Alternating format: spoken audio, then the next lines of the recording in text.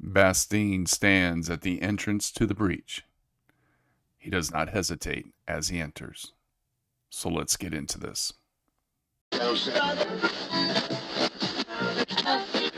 Welcome to Solitary RPG. For this video, what we're going to do is we're just going to do the first waypoint or the first section of the adventure so that you can kind of get a feel for everything that I created and how I'm going to run this game. It's going to be kind of more of a little bit more setup type information and not so much on the role-playing side of things. One thing I did prior to the video is in this supplement, Alone in the Breach, they did give a inspiration table. They gave some words. Unfortunately, a lot of the words didn't really feel right to me. So what I did is I just took some time, jumped on the old internet, got on the interwebs, and just started writing down a bunch of words that describe like dungeons and decay, because that's kind of what we're going to be doing. So I've got words like foul smelling or miserable or unwholesome, horrid, gloomy, ancient, cold, gray, dingy, hopeless.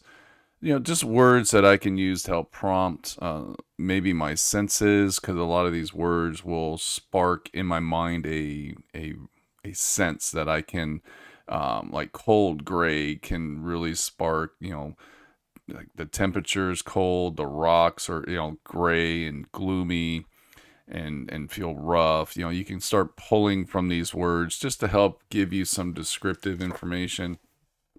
A lot of times when we're playing solo, we get kind of wrapped up into the game or maybe the story, and having these word sparks or these prompt words to help give you some description if you get stuck, or if you're just needing something a little bit different. A lot of times for myself, I may start pulling from the same words and just start using the same things over and over again. So it's good to have charts like this handy. You can just make your own. You don't need a book. A lot of times we end up going out and buying another book to get a bunch of words that are free on the internet. So I just did some research, and I'll add to that list as I go. I'll probably end up, you know, diving into Tome of Adventure, the new version of that with all the spark words on the side, and just start pulling words out that will spark my senses. That's important when playing solo.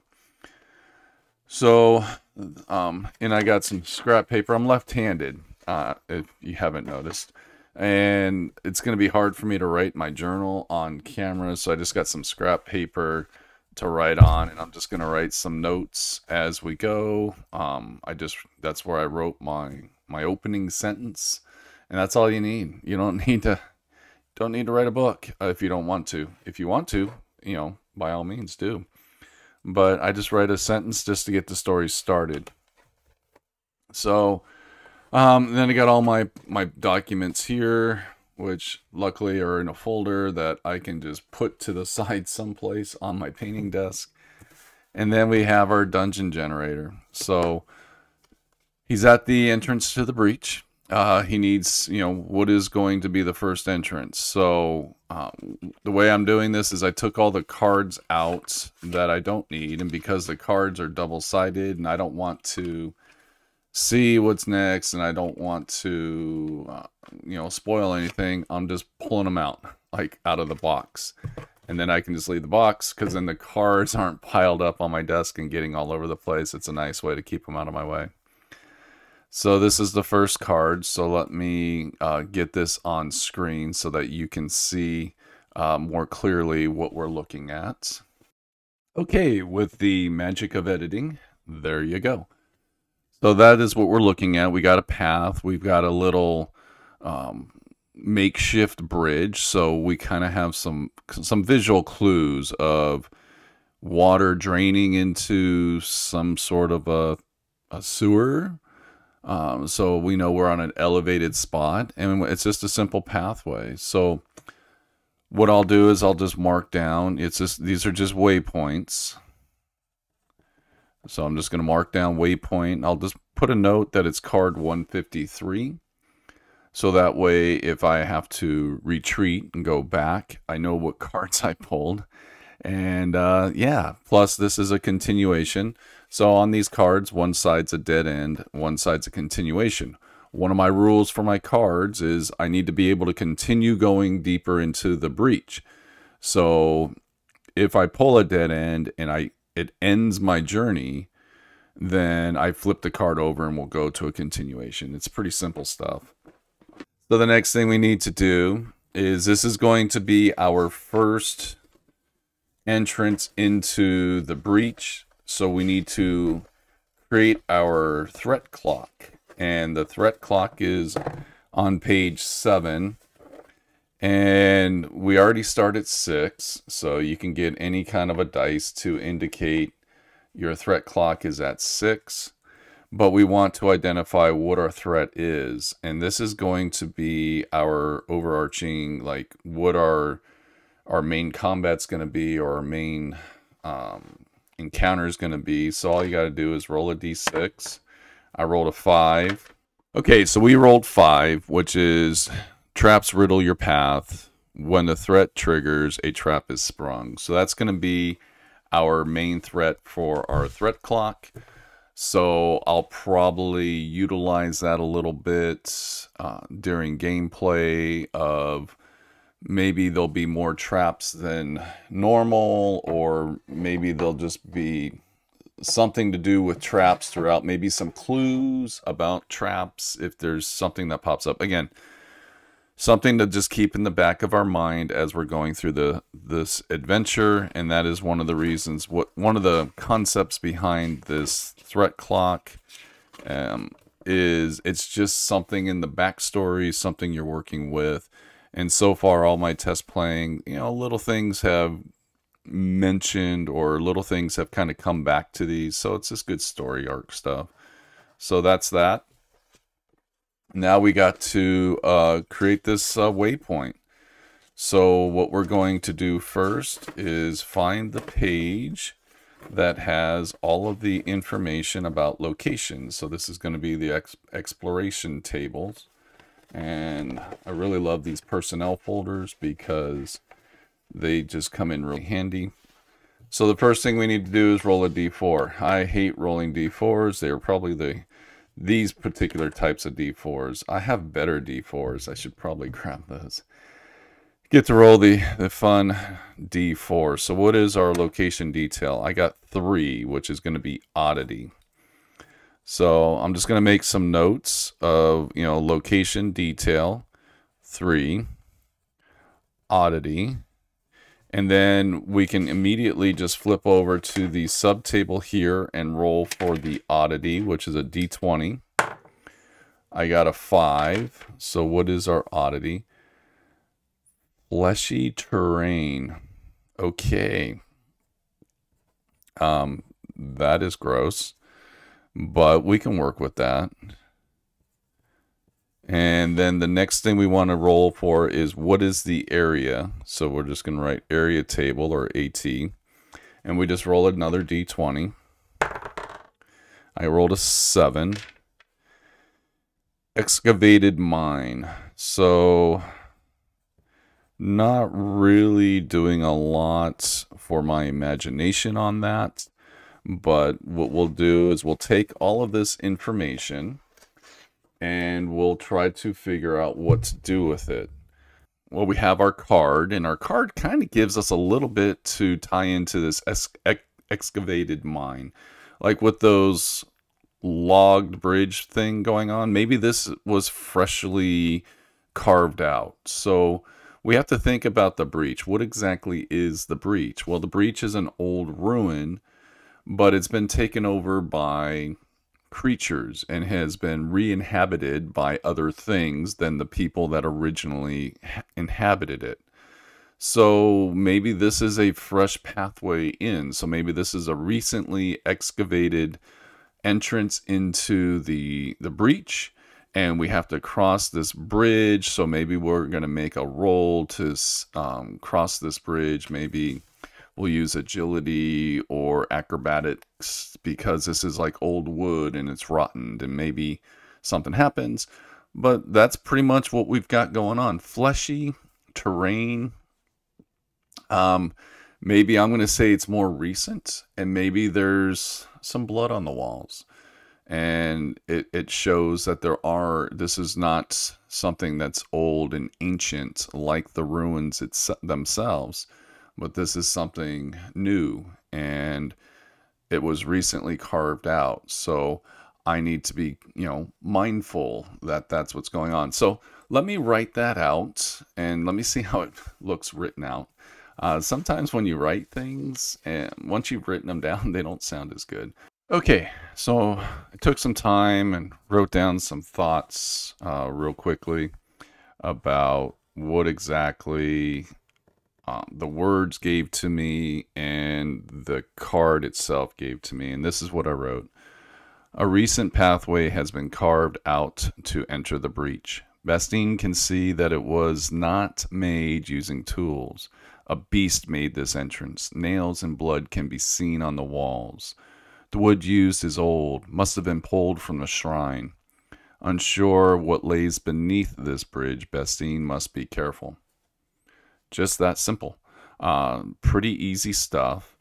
So I'm going to kind of continue moving forward. So the whole idea that Bastine is entering into the breach is he is looking for iron shards. So we're going to do a lot of scavenging rolls and searching rolls just to see what he can find. So every time I enter a waypoint, I have to, y'all decide if I'm just going to do a scavenge roll. Oh, I need to change my threat clock. It should be at 1. So right now, just coming in, I've been kind of doing searches for the cards that have a lot of visual clues on it, maybe like a room or something more than that. For here, this just looks like the entranceway, so I'm just going to do a simple scavenge roll. And if we go back to the solo rules and we flip towards the back of the book or the pamphlets, we're going to see scavenging doesn't require any skill checks.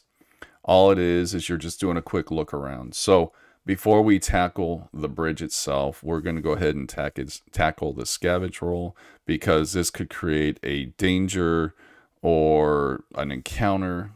So we want to kind of get that out of the way first, and then we'll move into the skill check, and then we'll move into the next waypoint. So basically, you just roll a d10. There's nothing else you need to do. I rolled an 8, which is 1 treasure card. So let me just write down real fast my results. I always like to write what I did when I'm playing, because that way I can remember later on. So 8 is just 1 treasure card. So in my rules that I kind of created, that to me meant an iron shard. He found 1 piece of the 3 pieces that he needs for the iron shard, and it's not a treasure. You don't get a treasure on top of that with the, oops, I'm sorry about that, with the result of 1 treasure card. Those are just the rules I created for my particular scenario. You can do whatever you want. That's up to you. So what we're going to do now with this result of 8 is we're going to do a little bit more narrative writing. We didn't trigger an encounter. We got lucky. We actually triggered a good success, finding the iron shard.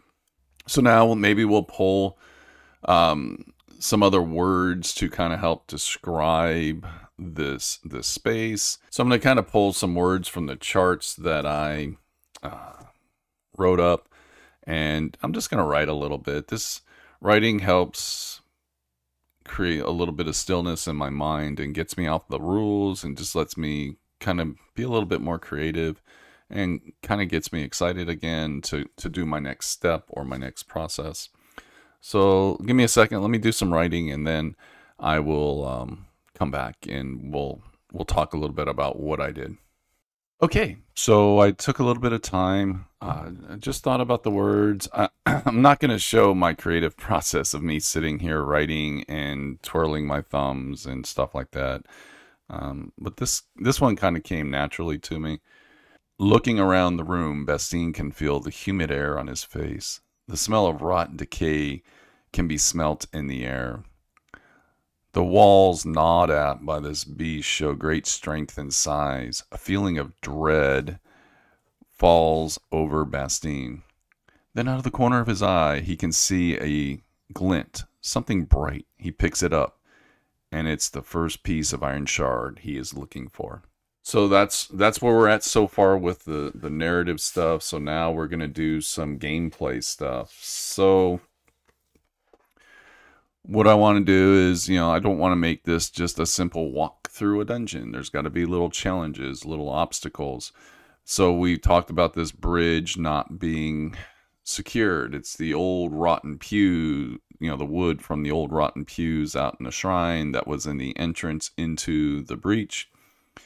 So he's going to have to cross it, and it's going to be a little bit challenging, but for Bastien being the hunter and having an agility skill of 18, which makes his acrobatics 14, what we're going to do is just make a simple acrobatics roll. This is a roll, this is always a tongue twister for me, roll low system. So low numbers are what you're looking for. So if an acrobatics of 14, I rolled a 6. He passed. So all that tells me is he is kind of light on his feet. He's not carrying a lot of equipment. Bastien is only got a dagger and a sling, and so it should be easy for him to kind of navigate and kind of look at the ground and see what's going on. He's got his torch, and he's looking and seeing everything. So he's good to go. So we'll just do a simple note that we did a acrobatics roll, and I'll just put that he rolled what he rolled, which was a 6. So we're good to go there. And that kind of finishes up the first waypoint. So there was no stalling. So we're not going to advance the threat clock in any way, shape, or form. We got a little bit of story going on, and we've just added an element to this story based on the words that we rolled, with this beast gnawing away at this stone to create a pathway into the breach. So, that's something to put into our story now. So if we were doing any kind of a thread or anything, like a thread sheet, something like from Mythic or something like that, we would write that down. Large beast chewing through stone to make a pathway. You would write that down. But that would end this scene. This would be the end of a scene. So then what we'll do is reset and do the next scene. 2 things I forgot with this part of the story, and that was my companion, my rat, moving forward. I just forgot. It happens. I'm not going to beat myself up. And I didn't say anything about his torch. Thematically, I could have, as he entered into the breach, he lit his torch and made his pathway. To me, that's just an automatic thing. I didn't write about it. I didn't talk about it. It's just something I do. I have a torch. I'm going to use the torch because I need to get into the breach. But, maybe in my story, I'll add a little bit more. Like up here, I'll just he strikes his torch and enters into the waypoint. But yeah, that's what it's about. Solo playing is you spend a lot of time reading rules, writing about rules, and then you forget to use the rules. It happens. Anyways, thanks for watching. Have a great day.